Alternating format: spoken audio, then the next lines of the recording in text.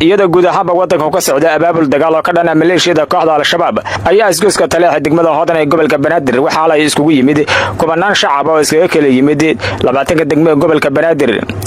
kulankan ayaa waxa looga gol lahaa in lagu dhiirigeliyo ciidamada xoogga dalka Soomaaliyeed ee dagaalka kula jira maleeshiyada kooxda al-shabaab kulan weynahan lagu dhiirigelinayo ciidamada xoogga dalka ka soo qayb galay fanaaniin ee mas'uuliyiin ka tirsan dawladda federaalka Soomaaliya iyo bulshada qaybaheeda kala duwan kuwan qaar kamid ah shacabka ka soo qayb galay kulankan oo warbaahinta la hadlay ayagoona sheegay inay garab taagan yihiin ciidamada dawladda federaalka Soomaaliya isla markaana dawladda ka codsaday in muddo kooban ay wadanka kaga saarto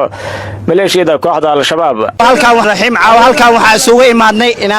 mataqana dareenkeena aan muujino ee ku aadan ina cadowga iska dhicino dhiirigelin aan u muujino ciidankeena furunta joogo على الأره هالفرينا أدرينا وعيال حمر فرين تسلا خدنا يا هذه ما أنا جن سري كرتا عيال حمر صباح سميني وبرارك برشلة ده هايو برشلة وحرمنا هنا يبارك عينك حوجة يا قوة حقدرك معوسلي إلا قرب استاجو la garab noqdo dalka difaaciisa iyo amniga dalkeena ka wada shaqeeno bulshada soo soo baxday meeshaan maanta bartamaha magaalada Muqdisho waaye waxaan rajaynayaa inuu banaabaxyadan joogto noqdaan insha Allah inta u socda wiligan yaalaheen af yaadin oo ku dagaalami jirnay waxaan leeyahay qawaarij waxaan leeyahay gabalkiini wuu dhacay caaw meesha taagnahay talaax waaye